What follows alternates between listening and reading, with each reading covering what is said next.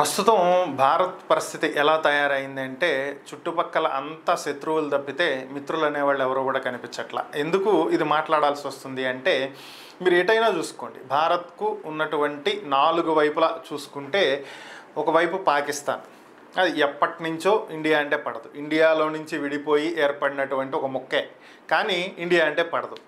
ఎప్పుడు చూసినా కానీ ఇండియా మీద విషం వెళ్ళగక్కటమే తప్ప ఇంకొక పనే లేకుండా పెట్టుకున్నటువంటి దేశం. ఇక మరొక పక్క చూసుకుంటే బంగ్లాదేశ్.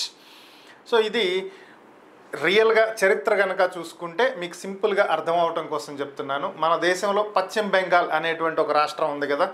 సో మరి పశ్చిమ బెంగాల్ ఎందుకు వచ్చింది, వెస్ట్ బెంగాల్ అనే ఎందుకు అంటున్నాం, బెంగాల్ అని ఎందుకు అనట్లేదు అంటే గతంలో తూర్పు బెంగాల్ అనేది ఒకటి ఉంది, ఈస్ట్ బెంగాల్, అదే ప్రస్తుత బంగ్లాదేశ్. దేశం విడిపోయినటువంటి సమయంలో పాకిస్తాన్ రెండుగా ఏర్పడింది, అదే తూర్పు పాకిస్తాన్, పశ్చిమ పాకిస్తాన్.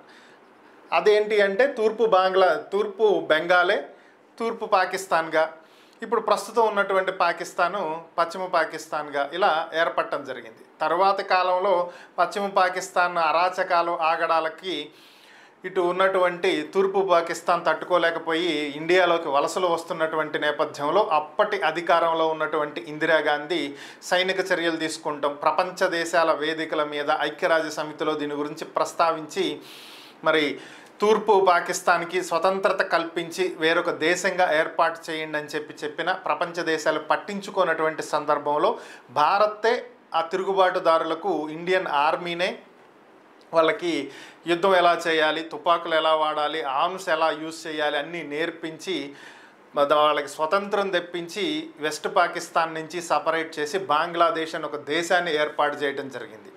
సో వాళ్ళకంటూ ఒక గుర్తింపు ఇచ్చినటువంటి మొట్టమొదటి దేశం భారతదేశమే.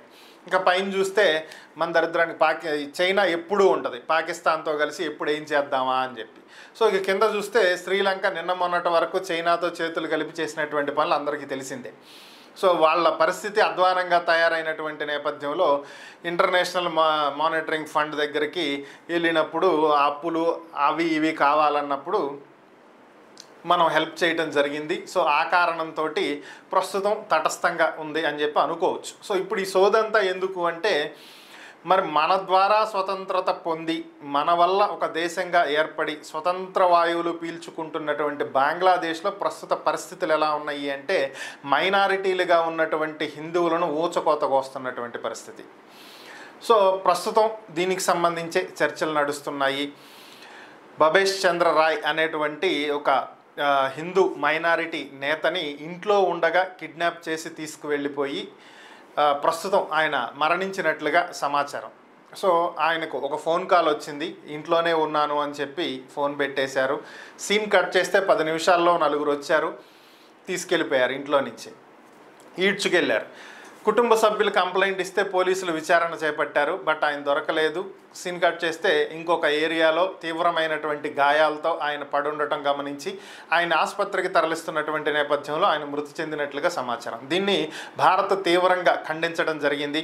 భారత విదేశాంగ శాఖ దీని మీద వెంటనే స్పందించడం జరిగింది. ప్రస్తుతం బంగ్లాదేశ్లో ఉన్నటువంటి తాత్కాలిక ప్రభుత్వం మైనారిటీలైనటువంటి హిందువుల మీద వివక్ష చూపిస్తుందని, అందరినీ సమానంగా చూడాల్సినటువంటి బాధ్యత ప్రభుత్వం మీద ఉందని, ఈ విధంగా మైనారిటీల నేతని, ఒక హిందూ నేతని మృతి చెందే విధంగా చేయటం, కిడ్నాప్కి గురైతే పట్టించుకోకపోవటం, ఈ విధమైనటువంటి చర్యలను భారత్ ఉపేక్షించదు అని చెప్పి తేల్చి చెప్పడం జరిగింది.